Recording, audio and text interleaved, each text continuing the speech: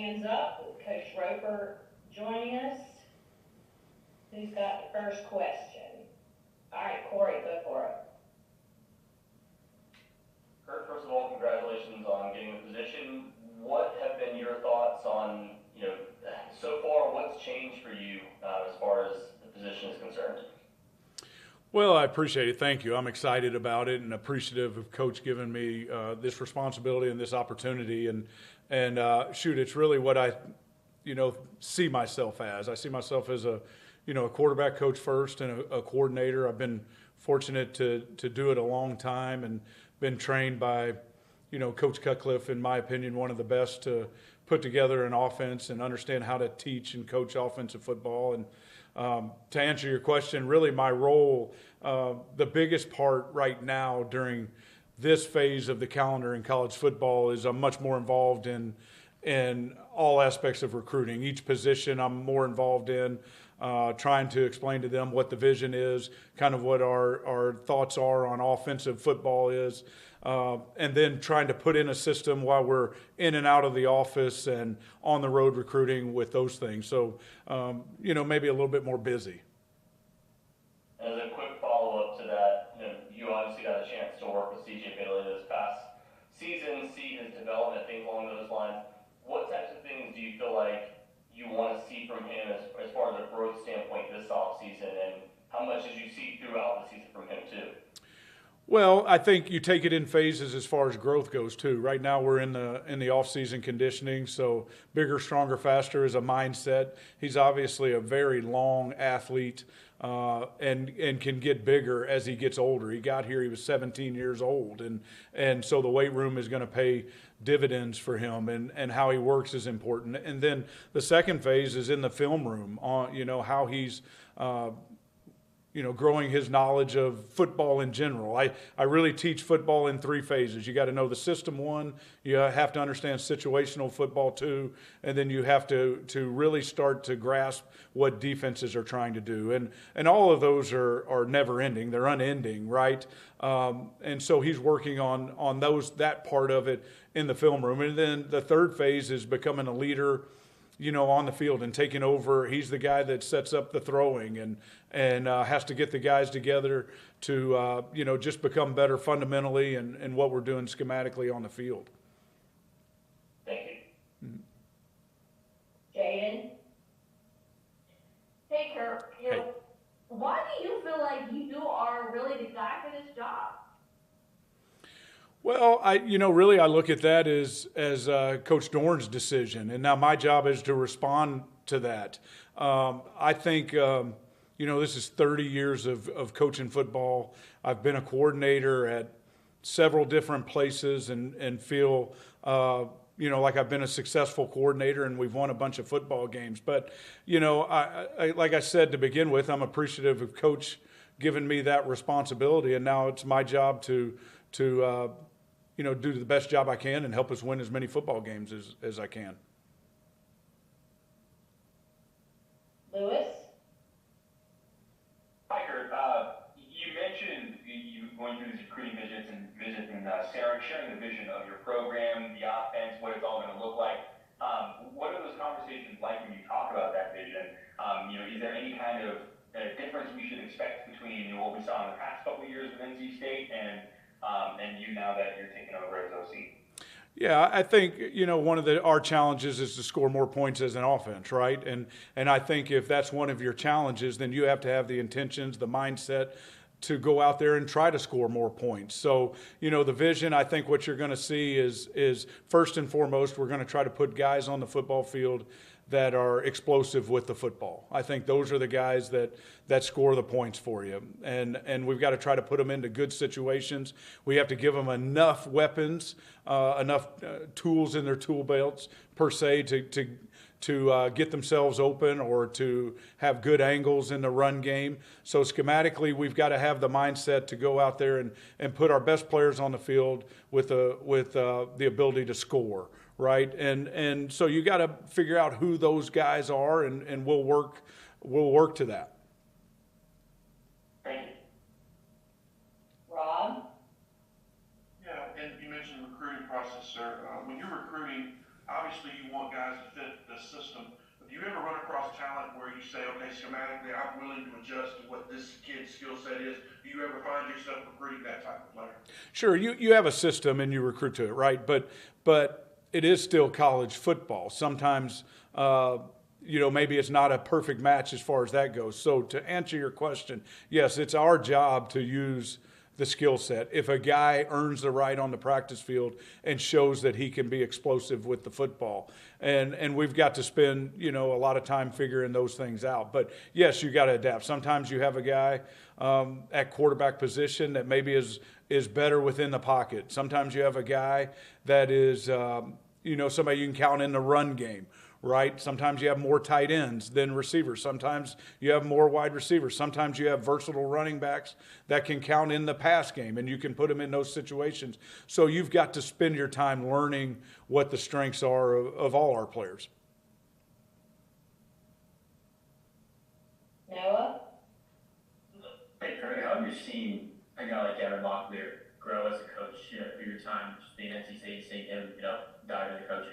He's passionate about NC State. He's passionate about coaching football. He brings a lot of energy to the football field. He's a guy that spends time, trying to learn the game and improve his knowledge of the game as it goes, so he can be obviously very helpful in the planning process each week. But he's he's not new to this game. He's not young to this game. He's got a lot of experience. Maybe it's not necessarily as a full-time coach, as we say, and he's stepping into that role, but he's been coaching a lot of football for a long time, and we're fortunate to have him on the staff. We're fortunate to get his energy and passion, about NC State. And just to follow up on that, he's been on the road recruiting before they even had this title. What does he mean to the program in that sense and being able to recruit at a high level that he is right now? Well, obviously he wore the uniform, right? He was in the building, so he has a lot of knowledge to. It's easy for him to explain our university and what's great about our university. And then he is a little bit younger, so the relationships. Maybe he's more relatable in that sense. And so, like I say, he's passionate about the university. He's energetic about the job that he has, and I'm sure appreciative, like we all are, of the job. I say this all the time, man, your hat and whistle's not guaranteed. You got to be thankful that you have a hat and whistle and you can go coach. And I think he takes that responsibility, very highly. James?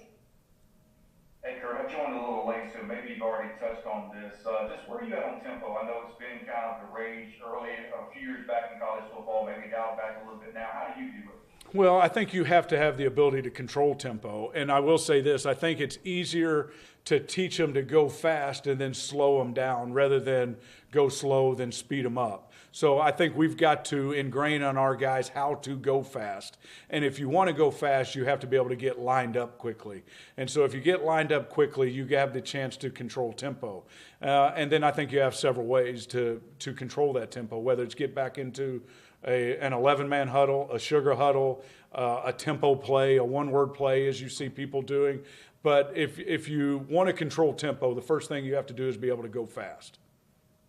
And just to counter or an additional to that, I don't know if you touched on CJ a little bit, but just him developing from year one to year two, what would you like to see from him moving forward here in the spring and then going into next year?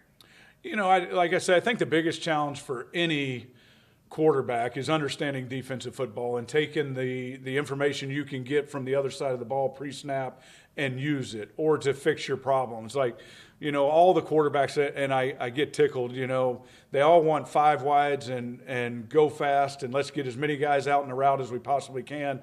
And I say, yep, let's do that. All right, but you better understand protection, because you can be hot really, really quickly. And then your mom might be mad at me if you get hit really, really hard.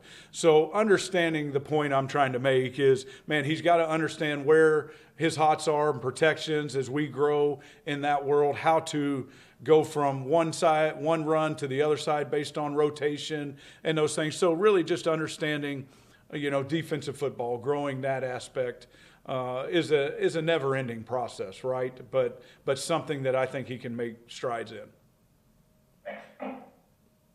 Corey? For kind of feeding off of James' question from earlier, this team last year was one of the slowest tempo teams in the country at 29.6 seconds per snap. Do you feel like that's something that you want to focus on this offseason and get this team being a more high tempo or up tempo offense? I think we have to start there, right? If you want to increase your tempo, you have to go teach them to go fast, right? Because it's easier to slow down than it is speed up. And, I think we've got to spend our time on that, and we've got to teach how to do that. JC? How much does it help that you already have a built-in chemistry with the other offensive assistant coaches? And how much impact do you think you've seen over the last year with the communication with quarterback development?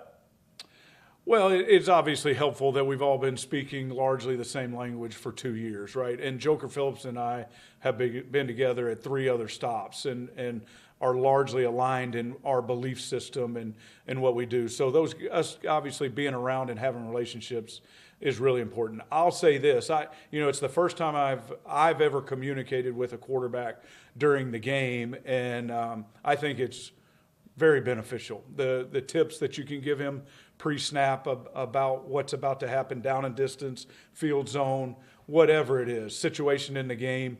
I think that's one of the best tools we've been given as coaches since I've been a coach. Dan? Yeah, Kurt, you mentioned, nothing in this business is guaranteed. So, as a husband and a father, what does it mean to be able to stay in this program, for you and family? Well, again, I see myself as very fortunate. I've had several jobs in my lifetime, and all of them been great jobs, and obviously fortunate to have them. But to be going into my 7th year at NC State, man, I couldn't be happier or like I say, more fortunate. Coaches let me stick around that long. What a great place to live. What a great university to be a part of. We have everything that we need resource-wise to compete and win at the highest levels.